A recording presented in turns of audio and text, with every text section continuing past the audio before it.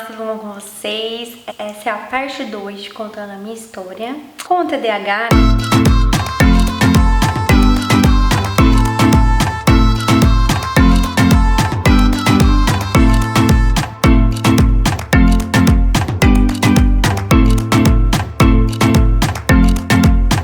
Então, se você não assistiu a primeira parte, vou deixar aqui linkado pra você ir assistir, senão você não vai entender esse vídeo. Então, eu parei no vídeo passado, em 2017, quando eu saí da faculdade, que foi um ano muito difícil para mim. Porque, eu já contei, eu contei lá no Instagram. Eu passei por algumas dificuldades financeiras numa época da minha vida. Eu sempre fui muito orgulhosa, então eu não pedia dinheiro pra ninguém. Eu tava passando por necessidades, eu não tinha dinheiro pra comprar comida. Isso em 2016. E eu não pedia para os meus pais também não estavam muito bem de dinheiro, mas assim, se eu pedisse eles me dariam, mas eu era muito orgulhosa. Mas eu ainda tinha um estágio, então eu me sentia útil porque eu tinha um emprego que era remunerado, fazia faculdade e eu tinha o YouTube, eu sempre ganhei dinheiro com o YouTube, só que naquela época eu não tava ganhando tanto dinheiro. Beleza, chegou em 2017, eu não sei o que aconteceu. Eu tinha uma networking que eu desconfio que eles pegava uma porcentagem muito maior de mim, porque não faz o menor sentido. Porque lá em 2017, gente, as minhas visualizações eram tipo 4, 5 mil e visualizações por vídeo. E agora que eu tenho, sei lá, 1 mil, 2 mil, eu ganho bem mais do que eu ganhava naquela época. Eu não tô mais com aquela network. Então eu não sei, eu acho que eles pegavam bem mais do que diziam que pegavam, sabe? Mas enfim. E aí chegou 2017, eu tava ganhando muito pouco, nossa, sério, eu não sei o que aconteceu e eu não sei porque eu não fui atrás. E não tinha conseguido emprego e já tava formada. Então assim, olha, eu tava tipo assim, muito mal, porque formada, eu voltei a morar com meus pais, eu morava sozinha. Eu tinha uma independência, tanto financeira, tanto tipo assim, de não precisar da satisfação. Aí eu tive que voltar a morar com os meus pais, eu não pedia dinheiro pra eles pra comprar as minhas coisas, mas por exemplo, eles que compravam tudo em casa, tipo mercado e tal. Isso me fazia sentir mal, porque eu não conseguia ajudar com nada. Ou às vezes quando entrava um dinheirinho a mais, eu ia no açougue e comprava carne assim pra uns 10 dias, pra todo mundo, enfim. Mas aí eu comecei a me sentir muito mal e eu não tinha dinheiro, os meus pais não tinham dinheiro. Na época eu tinha Unimed, a gente até tentou procurar uma psicóloga de confiança pela Unimed e não conseguimos. E minha mãe via o quanto eu tava ruim. O Abner me ajudou financeiramente nessa época também, porque, por exemplo, pra gente sair, eu não tinha muito dinheiro pra sair, então ele que pagava tudo, até pra comprar roupa. E aí foi nessa época que eu comecei a fazer alguns trabalhos como maquiadora e, gente, eu fazia de tudo. Eu vendia maquiagem pra ganhar mais dinheiro, eu era maquiadora, tudo que você possa imaginar eu tava fazendo. Eu vendia as minhas roupas, tinha roupas que eu amava, que eu usava, mas eu vendi pra juntar dinheiro, porque a gente tava juntando dinheiro pra ir pra Austrália. Então assim, foi uma época muito difícil. Eu não sei como que eu não entrei na depressão, eu acho que eu coloquei na minha cabeça o objetivo de ir pra Austrália, sabe? Porque eu não juro que eu não sei como que eu aguentava. E me cobravam muito o tempo inteiro. Ah, Mafê, você não vai arranjar emprego na tua área? Por que você se formou, não tá atuando? Ah, mas por que você não conseguiu um emprego? Por que você não continuou onde você tava no estágio? Eles não quiseram te contratar. Tinha toda essa pressão e também eu mesma me cobrando, eu acordava me sentindo inútil. Era horrível. Mas como eu tinha esse objetivo, ir pra Austrália, eu conseguia dar essa desculpa. Eu falava pras pessoas, não, nem adianta eu arranjar emprego agora, porque se eu arranjar, ano que vem eu vou pra Austrália, né? As pessoas não querem, enfim. Então isso me aliviou. Quando eu cheguei na Austrália, pra mim a Austrália foi um dos meus melhores anos, assim, porque eu me sentia muito útil. Eu tinha 2 empregos, eu comecei a fazer inglês. Inglês sempre foi uma coisa que uma matéria que eu sempre me interessei muito. Era tipo a faculdade. Eu não conseguia me concentrar nas aulas, assim. Se eu falar, o professor que me ensinou? Não. O que acontecia? Eu olhava o livro. E aí eu ia meio que aprendendo sozinha. E várias vezes também a gente, às vezes, dava uns rolos porque eu falava muito na aula, às vezes conversava com outras pessoas, às vezes pegava uma pessoa que era igual eu e a gente ficava conversando. Mas, como eu já era adulta, né, eu me controlava mais. Então, quando eu percebia que eu tava falando demais, eu ficava quieta, né? Porque quando a gente é adulta, a gente vai conseguindo controlar algumas coisas. E como eu fui... Eita, um mosquito. Como eu vivi a vida inteira, né, com o TDAH, eu fui criando estratégias, né, de o que eu podia fazer. Por exemplo, claro, comigo e com o Abner, nossa relação, teve alguns momentos, principalmente no começo do nosso relacionamento, que o Abner não entendia. E aí a gente foi ele meio que se entendendo, se conversando. Então o Abner me ajudou muito nesse processo. Tanto que eu ajo muito por impulso, né? A hora que eu vi, eu já falei, eu já fiz. E eu sempre pedia desculpa. Por exemplo, eu recebi o diagnóstico de hiperatividade e déficit de atenção quando eu tinha 12 anos. E aí depois que aí até meus 15, 16 anos, eu fazia psicólogo, psiquiatra, explicava para as pessoas isso. Mas dos meus 16 anos até os meus 24 anos, eu parei de falar do TDAH. Porque eu falava só, eu tenho déficit de atenção. Então eu só falava que eu tinha déficit de atenção e que eu era hiperativa. Só que eu não sabia que esse TDAH, ele era um desvio cerebral. Eu não sabia que era um defeito do cérebro. Eu achava que era alguma coisa minha. Eu não sabia que era algo que eu não tinha culpa. O Abner sempre me chamou de sem filtro, as pessoas me chamavam de aleatória e sem filtro. Às vezes a gente tava num grupo de amizade conversando sobre um determinado assunto, só que a minha cabeça estava em outro assunto. Aí do nada eu perguntava pra alguém sobre um outro assunto e as pessoas, nossa, Mafê, que aleatória. E enfim. E aí, como eu aprendi a conviver, eu achava que era normal eu ser assim, entende? Não que era alguma coisa do meu cérebro. Então, assim, ao longo dessa vida, da minha vida, né?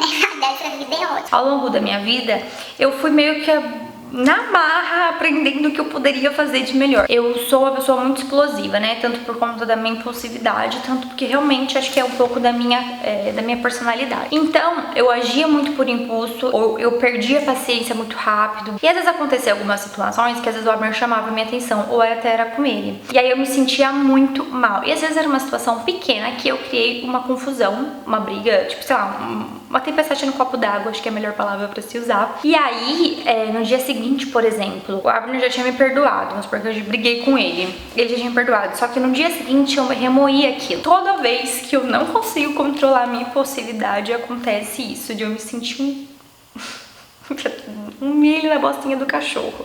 Aconteceu isso recentemente também, mas não foi nada grave, não teve briga, não teve nada. Foi uma coisa que aconteceu, que eu agi por impulsividade, que o Abner ficou irritado na hora, mas depois passou. Então assim, aí passou. E eu fiquei remoendo, chorando, como se tivesse morrido alguém. Aí beleza, aí chegamos em casa, o Abner já estava normal comigo, porque foi uma coisa muito boba. Não briguei com ninguém, não gritei com ninguém, mas enfim, eu mesma que fiquei nervosa. Chegou no dia seguinte, o Abner tava dormindo e eu chorando, sofrendo. Quando ele acordou e eu fui conversar com ele, ele nem tava entendendo mais por que eu tava chorando, porque o que tinha acontecido ele já tinha até esquecido e eu tava lá chorando, porque ele é muito compreensivo comigo. Muito, assim, tem coisas que eu faço que é irritante, que é pra se perder a paciência, mas como ele entende que eu tenho esse TDAH, ele consegue respirar fundo e tentar compreender. Mas tem vezes que é difícil, gente. É difícil conviver com pessoas como eu. Eu acho que é difícil conviver comigo, imagina ele. Então, é isso. Aí, quando chegou no ano passado, que quando eu voltei, porque lá na Austrália, como eu contei pra vocês, como eu tava super bem, me sentindo útil, é porque eu tava trabalhando, e como eu sempre gostei de inglês, eu sempre tive essa facilidade no inglês, então pra mim, aprender o inglês não foi difícil, né? E era sempre assim, inclusive uma professora falava assim, nossa, você é competitiva. Por quê? O que acontecia? Quando a professora estava explicando, eu tava estudando pelo livro e já fazendo os exercícios. E aí, quando a professora falava, gente, vamos fazer exercício, eu já tinha feito. Aí eu ia lá e pedia pra professora corrigir. Na cabeça da professora, das pessoas que estudavam comigo, eu era competitiva, porque eu queria ser a primeira a finalizar, a acabar. Só que não. Hoje em dia eu consigo entender. Por que eu fazia isso? Porque eu já sabia que eu não consigo prestar atenção em nenhum professor, que eu tenho que aprender sozinho. Então, em vez de eu ficar olhando pro nada e chegar em casa e estudar sozinha, coisas que eu não tinha esse tempo. Por exemplo, eu saía de casa e ia pra escola. Eu saía da escola e ia pro meu primeiro trabalho. Eu saía do meu primeiro trabalho, eu ia pro meu segundo trabalho. Eu chegava em casa às 10 horas da noite. Até eu tomar banho e jantar era 10h30. Aí eu já dormi. Então eu não tinha tempo pra estudar. Então por isso que eu fazia isso. Enquanto a professora estava explicando, eu estava tentando aprender sozinha. E aí, na cabeça das pessoas, eu era competitiva. Só que não. Então, na época, quando as pessoas me chamavam de competitiva, eu falava assim, gente, mas eu tô nem aí de competição. Tanto que, às vezes competição até de escola mesmo. Quando alguém, tipo, o meu grupo perdia, tinha gente que ficava chateado, triste, e eu tava, gente, que isso? Não vale a vida de vocês, sabe? Assim, eu nunca fui uma pessoa competitiva. E eu falava assim, não tô entendendo por que as pessoas estão me achando competitiva, sendo que eu só tô fazendo uma coisa que é porque eu não consigo prestar atenção na professora. Mas enfim, então voltei para o Brasil em 2019. Assim que eu cheguei pro Brasil, gente, eu já consegui um emprego na minha área, que foi, lembra aquele estágio que eu contei pra vocês que eu fiz quando eu tava na faculdade? Então, eu, basicamente na mesma rede, não era no mesmo lugar, mas era na mesma rede, que era inclusive na frente do hotel que eu trabalhei. Mas enfim, tava lá, feliz da vida, trabalhando. Eu percebia que, só que assim, era eventos corporativos. Quem já trabalhou com eventos sabe o quanto é desgastante, o quanto a gente se irrita. Fiquei 2 meses lá, acho que eu entrei em fevereiro, e aí eles mandaram embora em março. Então acho que eu não fiquei nem 2 meses, ia dar 2 meses. Mas eu percebi que esse trabalho me desgastava muito. Então eu pensava, putz, não é esse que eu quero fazer, acho que não é esse que eu quero fazer. Mas tava cômodo pra mim, porque, né, eu tinha acabado de chegar do Brasil, eu estava me sentindo útil porque eu estava trabalhando. Aí o que aconteceu? Pandemia, perdi o emprego. O dinheiro que eu ganho do YouTube não é um dinheiro que dá pra eu pagar aluguel, tipo, ajudar na casa. Então assim, o que o Abner faz? Amor, o dinheiro que você ganha, gasta com você, faz sua unha, faz seu cabelo, gasta com você. Então assim, o dinheiro que eu ganho do YouTube é o que eu gasto comigo, sabe? Então, não ajuda na casa. Só que o Abner nunca me cobrou isso. E tanto que ele fala que o salário dele é o nosso dinheiro. Então, o Abner sempre me deixou muito à vontade. Só que eu me sentia mal porque eu me cobrava muito e eu preciso me sentir útil. Tanto que eu fiz várias coisas. Eu queria vender bolo, eu queria vender não sei o que, eu queria vender não sei o que lá nessa época. O Abner falou assim, amor, não, vamos focar no que você quer ser. Porque eu tava numa crise existencial do que eu quero fazer. Porque eu não queria mais relações públicas, eu não queria mais trabalhar naquela área que eu tava trabalhando, só que eu não sabia o que eu queria fazer. Então foi um período que eu fiquei bem mal, que eu acho que nessa época eu fiquei bem deprimida, não chegou a ser uma depressão, mas eu fiquei bem deprimida e foi bem nessa época que eu voltei pra minha psicóloga. Quando eu voltei pra minha psicóloga, aí que as coisas foram fluindo, tanto que ela me lembrou do TDAH. Eu não entendi o que ele falou. Aí que ela começou a me explicar, me dar uma aula do que é TDAH, entende? E o meu nível, ele é alto, principalmente para impulsividade e hiperatividade, que é o que mais me mata, porque eu sou muito impulsiva. E é algo que eu falo, quando acontece uma coisa que eu fui impulsiva, eu falo de novo. Assim, gente, eu não consigo explicar pra vocês. Na hora, imagina quando uma pessoa, você tá brigando com seu namorado e seu namorado fala uma coisa que te deixa muito brava, mas tem um porquê, porque seu namorado te disse uma coisa que te deixou muito brava. Quando a gente tá muito brava, a gente não perde um pouco a nossa razão? Não vem uma mistura de sentimentos que a gente não consegue controlar? Sim. Isso é ok, isso é aceitável, vamos dizer assim, porque alguém te deixou com raiva. No meu caso, a pessoa não tem um motivo específico. Sei lá, vou dar um exemplo besta aqui. Alguém fala assim, olha, talvez seu marido vá pra uma festa. Tipo assim, às vezes é uma fofoca, às vezes não é certeza. Eu ainda não conversei com o Abner se realmente ele vai pra essa festa e eu já tô agindo, eu já tô brigando com ele, eu já tô mandando ele pra puta que eu pariu, eu já tô terminando com ele, eu já tô brigando com a minha casa inteira e tenho todo esse mix de sentimentos que uma pessoa normal teria se tivesse acontecido alguma coisa. Então é basicamente isso, a gente age por uma coisa que ainda pode acontecer, que ainda não aconteceu, por algo no futuro, entende? Por exemplo, sei lá, assim, a gente sofre muito antecedentemente e a gente briga com todo mundo, a gente dá um ataque de impulsividade e aí no fim não acontece nada, entende? E aí beleza, ela me ajudou muito, a minha psicóloga, a entender, e aí foi que com a ajuda dela eu decidi voltar a fazer faculdade de nutrição. Foi muito difícil eu aceitar que eu fracassei na minha escolha da profissão, foi difícil eu aceitar que eu ia ter que depender do Abner pelo menos esses 4 anos, que nem o Abner fala, graças a Deus a gente tem uma condição boa, pode trabalhar com a internet, ganhar seu dinheiro pra comprar suas coisas e focar no seu estudo. E eu prefiro que você estude, foque no teu estudo pra quando você se formar ser uma ótima nutricionista. E aí foi difícil eu aceitar isso, de que eu ia depender, entre aspas, do Abner nesse período, até eu me formar. Foi difícil aceitar que com 25 anos eu ia começar uma faculdade nova, uma carreira nova, e que eu só ia me formar lá com os 28, 29 anos, e aí depois fazer uma pós. Foi todo um processo, se vocês quiserem também que eu faça um vídeo sobre isso, vocês me contam futuramente. Então tá, aceitei. Aí meu avô faleceu. Ai, gente, quando a gente acha que tá bem, vem a vida dando uma rasteira. E aí foi piorando. Meu avô faleceu, eu fiquei muito mal, muito mal mesmo. Aí foi até o momento que, tipo, eu e minha psicóloga, a gente deu uma pausa. Então a gente ficou, acho que de outubro até janeiro, acho que, ou fevereiro, entre janeiro e fevereiro eu fiquei sem terapia. E aí eu percebi que eu não tava bem, só que eu falava assim, ah não, acho que é exagero meu, eu tô bem sim. E aí eu comecei a ter umas crises de ansiedade, meu coração acelerava, eu tava perdendo o ar, eu não conseguia respirar, e aí voltei com a minha psicóloga. Aí a psicóloga foi me ajudando muito, de novo a gente voltou com o TDAH, porque gente, tudo isso que eu tô contando pra vocês são fases são coisas que a gente passa diariamente por conta do TDAH, então a gente se sente incapaz, a gente fala, putz, de novo eu derrubei isso, de novo eu fui impulsiva, de novo eu falei isso que não devia ter falado, de novo eu magoei alguém, porque às vezes a gente fala as coisas, a gente nem prestou atenção no que falou e aí magoou a pessoa, de novo eu fiz isso, então assim, a gente lida com isso diariamente, então assim, chega um momento que a gente não consegue mais lidar com aquilo sozinha, e aí foi com a minha psicóloga. Quando eu vou com a minha psicóloga é muito bom, porque uma vez por semana eu desabafo e a gente conversa e ela me ajuda. Aí o que aconteceu que eu vou contar pra vocês, que eu descobri, né, que eu tava com início de depressão.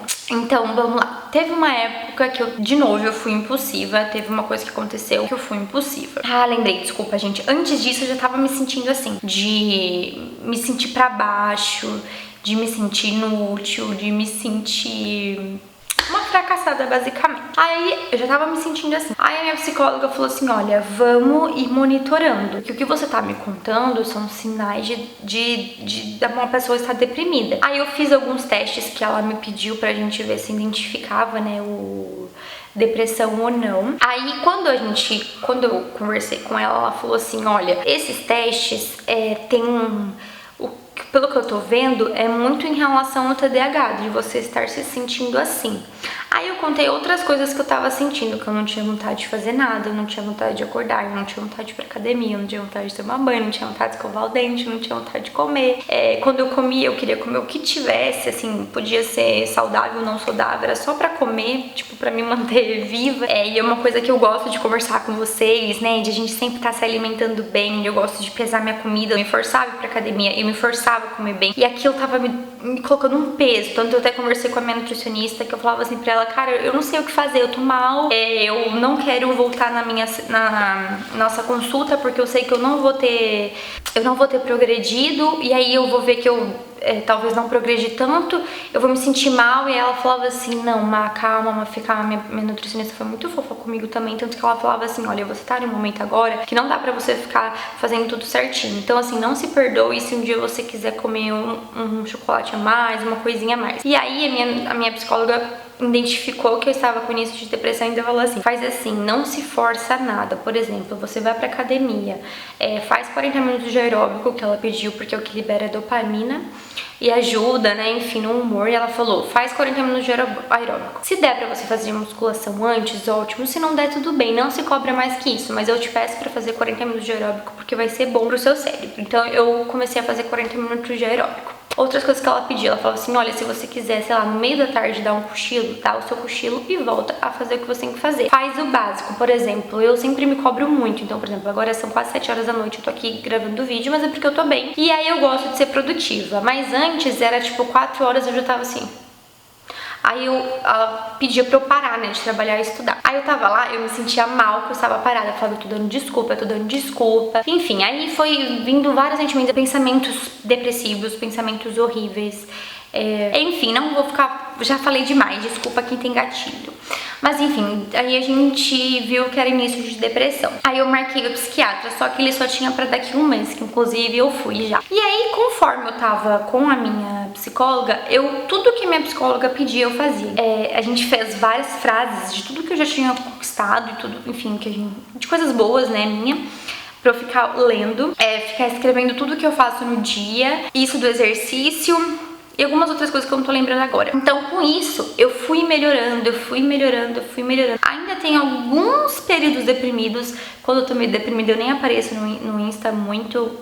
E nessa época, gente, eu me cobrava de aparecer no Insta, mas eu não queria aparecer. Então, foi uma época que eu não filmava muito minha cara. Foi uma época que até algumas seguidoras perguntaram se tava tudo bem, porque eu não aparecia tanto. Quando eu aparecia era respondendo perguntas ou era mostrando alguma coisa que não mostrasse a minha cara. Mas enfim, então como eu fui melhorando, quando eu cheguei no no dia de ir pro psiquiatra, eu já tava bem em relação a isso. Tanto que a gente conversou, eu e ele, bem legal quando a sua terapeuta te indica pra algum, porque às vezes eles têm realmente essa comunicação e essa terapeuta pode contar um pouco da opinião dela, né, da visão dela pro seu psiquiatra. Então foi basicamente o que aconteceu com ele. Então ele já sabia desses episódios e de outros, e eu também contei com ele rapidamente. E assim, resumidamente ele disse pra gente voltar pro remédio de TDAH, aí voltar e aos poucos, né, até chegar pra gente descobrir qual é o remédio mais adequado pra mim, qual que é a dosagem mais adequada pra mim, e ficar de olho em relação à minha ansiedade e essa depressão. Mas como eu faço tudo bonitinho, eu trabalho tipo assim, tudo que eles pedem pra eu fazer eu faço, né, porque o sentimento que eu tive quando eu tive esse período mais depressivo foi horrível, gente. Eu não consigo explicar pra vocês, só sentindo. Era um sentimento horrível de não ter vontade de fazer nada, de não ter... Você não tem perspectiva de futuro, você não tem nem vontade de fazer coisa pro futuro. E eu sou uma pessoa que eu penso muito no futuro e na época eu não pensava. Enfim, era horrível. Então tudo que me pedem pra fazer eu faço. Inclusive eu tô gravando um vlog mostrando pra vocês o meu dia a dia com o remédio que eu comecei a tomar e esse meu dia de TDAH, assim. E ao longo dos vídeos vocês vão vendo, né, como que é a minha vida TDAH, porque eu vou expor mais isso pra vocês, porque eu não expunha tanto. E se vocês tiverem alguma dúvida, quiserem saber alguma coisa, se vocês quiserem que eu grave o vídeo com alguém, não sei, vão deixando aqui nos comentários, que aí eu vou vendo. Mas então é isso, eu espero que vocês tenham gostado. Se você gostou, clique em gostei, inscreve aqui no canal. Um beijo e até o próximo.